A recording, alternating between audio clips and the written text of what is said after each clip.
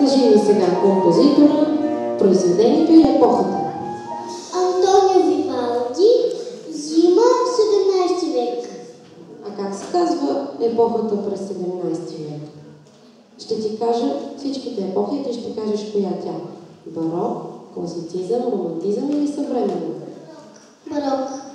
Абсолютно верен отговор. Как се казваш? Калина. Трети Б. Браво на трети Б клас и на Калина, която току-що спечели диск на ансамбъла.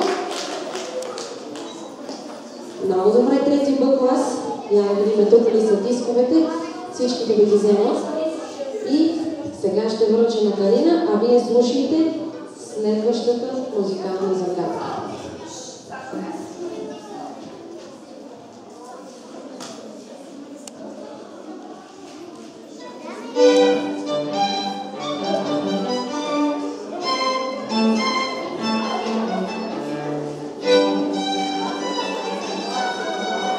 Айде сега едно момче да ми каже да, ти.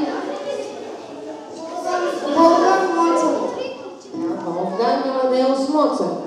Какво е това, което чух на Моцарт? Неговото произведение. Как се казва?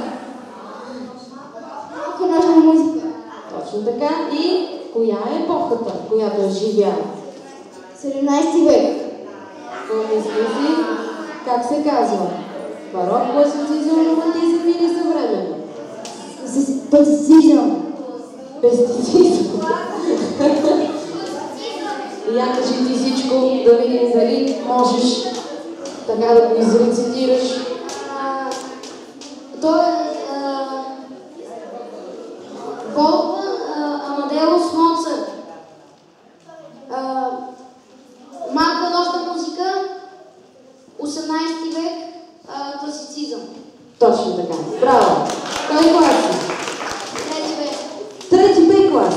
Завалявай трети Б, как се казваш? Александър от трети Б си спечели един диск. Хайде сега да видим третата загадка. Свалете ръцете и слушайте.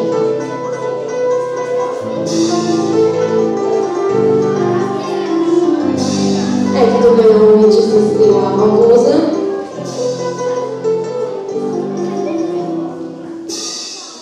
Жорж Bizet из операта Кармен. Това съвсем не е Бизе, съвсем не е Кармен. Това е нещо от сън. Не, няма да издавам. Някой може ли да познае?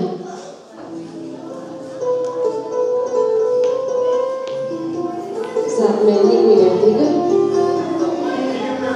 Той много чете още.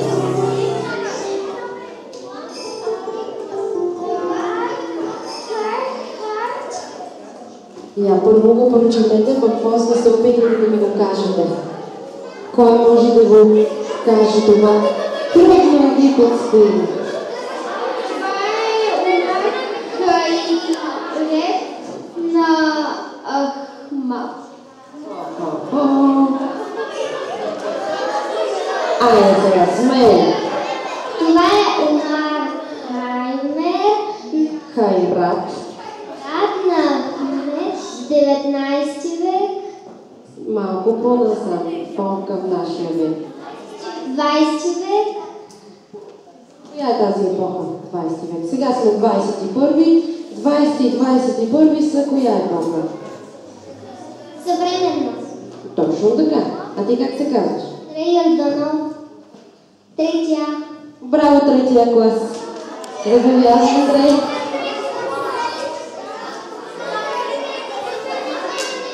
Погледнете всички към тази камера, защото можете после да се видите в нашия Фейсбук и ще видите вашите усмивки.